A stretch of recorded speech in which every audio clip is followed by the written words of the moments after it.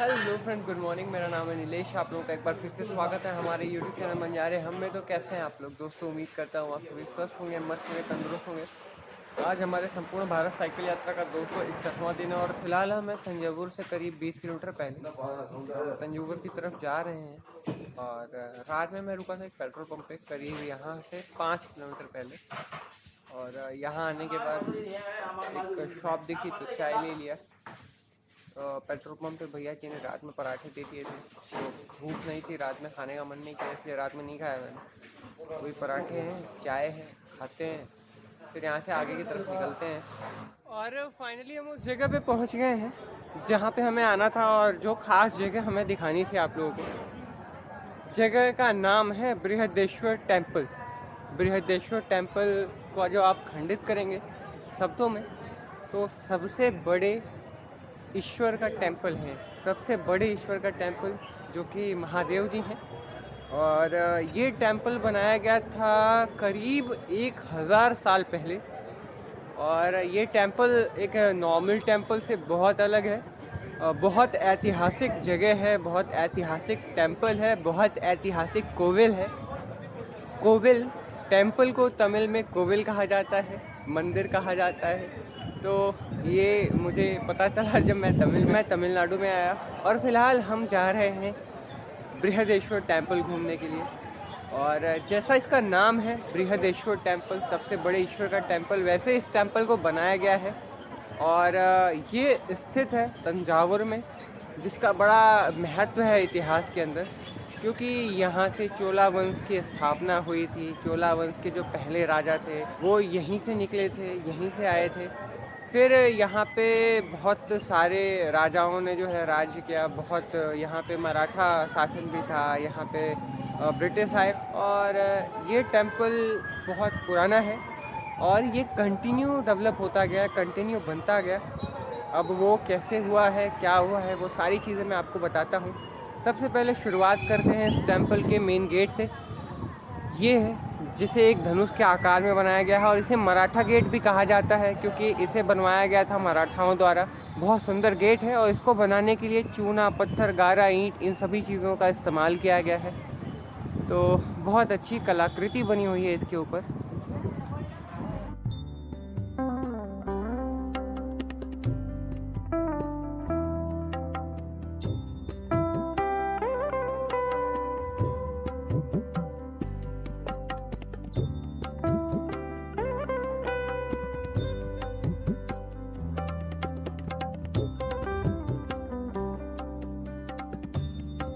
मेरे पीछे जो द्वार है ये दूसरा द्वार है, दूसरा प्रवेश द्वार है, जिसका नाम है गोपुरा प्रवेश द्वार। और इसे जो प्रथम चोल राजा थे उन्होंने जब केरल को जीता था, जिसका नाम चेरा हुआ करता था, तो उसकी जीत की खुशी में जो है इस द्वार को बनाया गया था। बहुत बहुत सुंदर है।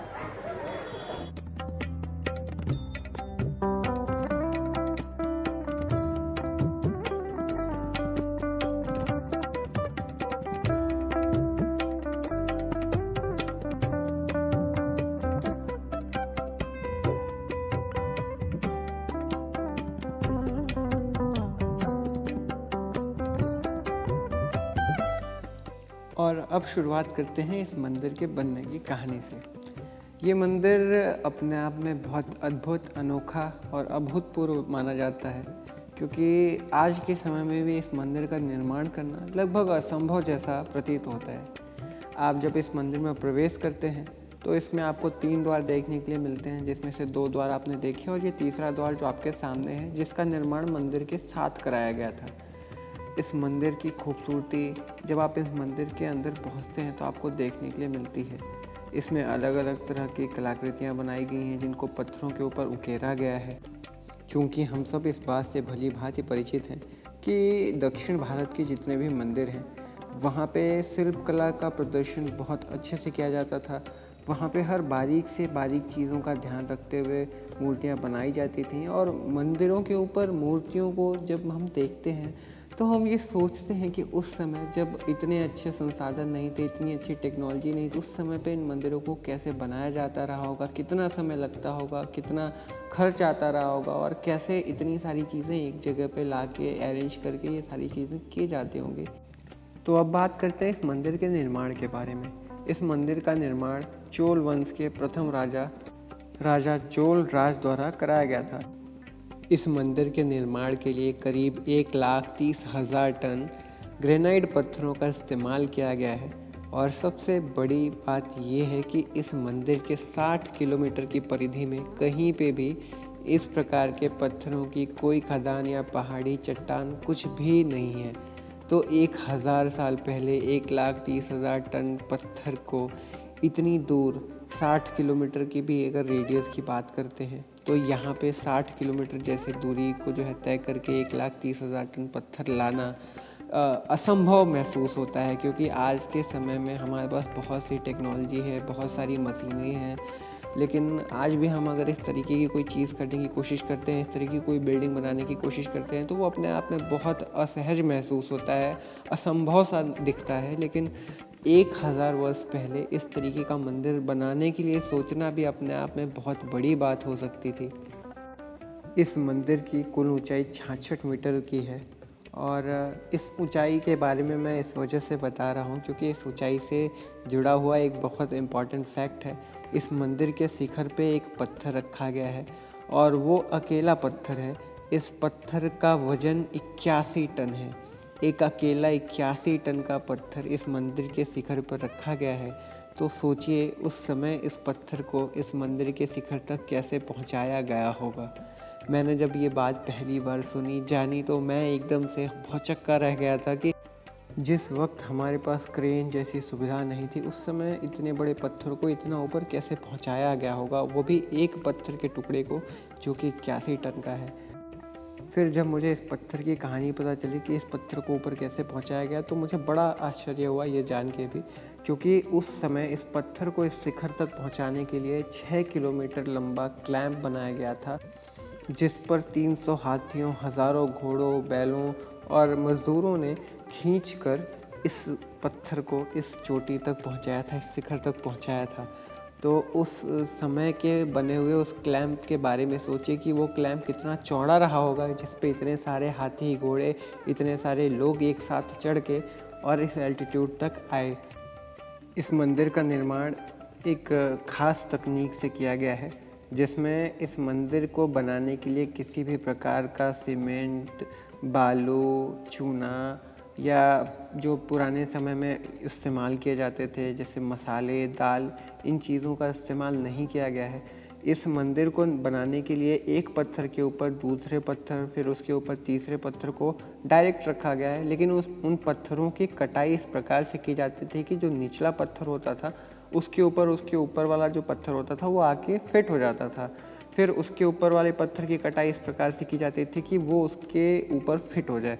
तो इस तरीके से इस मंदिर का निर्माण किया गया है बिना किसी प्रकार के जुड़ाई के। ये पत्थर एक दूसरे के ऊपर सिर्फ रखे गए हैं। और सबसे आश्चर्यचकित कर देने वाली बात यह है कि इस मंदिर को बनाने के लिए किसी भी प्रकार के नींव की खुदाई नहीं की गई है। इस मंदिर को सिर्फ एक समतल ज़मीन के ऊपर डायरेक्ट बना दिया गया है। तो इतने बड़े मंदिर का वजन सिर्फ एक समतल ज़मीन के ऊपर रख के बना के और इतने समय तक इस वजन को झेलते हुए मंदिर सीधा खड़ा है, ये भी अपने आप में एक बहुत बड़ी बात है। क्योंकि दुनिया में जितनी भी बड़ी इमारतें हैं वो एक समय के बाद थोड़ी सी झुक जाती हैं, लेकिन इस मंदिर का झुकाव 0 डिग्री है। मतलब इस मंदिर का इतना वजन होने के बाद भी ये मंदिर आज तक नहीं झुका है। और इसी वजह से यूनेस्को द्वारा इसे वर्ल्ड हेरिटेज साइट घोषित किया गया है।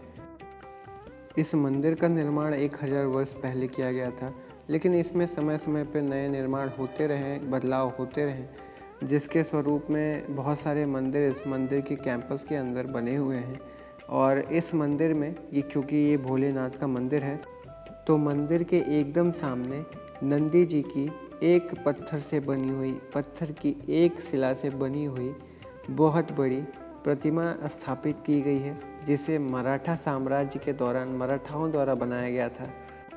इस मंदिर के निर्माण से जुड़ी हुई 2 महत्वपूर्ण जानकारियां मैं आपके साथ साझा करना चाहता हूं। पहली जानकारी तो ये है कि इस मंदिर के अंदर कोई भी किसी भी प्रकार का कोई पिलर नहीं है।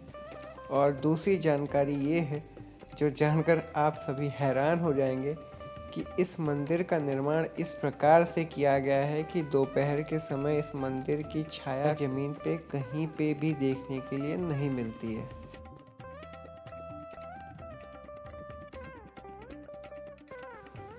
और इस जानकारी के लिए मैं धन्यवाद करता हूँ अपने प्रिय मित्र शिवाजी पाटिल को, जिन्होंने मुझे इस मंदिर के बारे में बहुत सारी बातें बताई, बहुत सारा ज्ञान दिया।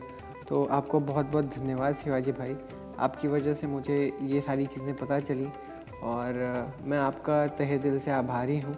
और आप सभी लोग जो लोग ये वीडियो देख रहे हैं, आप लोगों से अनुरोध है कि भारत के इतिहास, भारत के बारे में जानने के लिए हमें निकलने की ज़रूरत है, हमें घूमने की ज़रूरत है। और ऐसे बहुत सारे धरोहर हमारे आसपास के क्षेत्रों में, हमारे आस पड़ोस के राज्यों में हैं, जहां हमें सिर्फ जाना है और उनके बारे में जानना है। तो हमें जब भी मौका मिले, हमें जब भी अवसर हो हमारे पास, हमें ज़रूर घूमना चाहिए, हमें जाना चाहिए ऐसी जगहों पे और जानना चाहिए अपने इतिहास के बारे में। और आप लोगों को धन्यवाद बोलता हूँ और इसी धन्यवाद के साथ मैं आज की इस वीडियो को ख़त्म करता हूँ।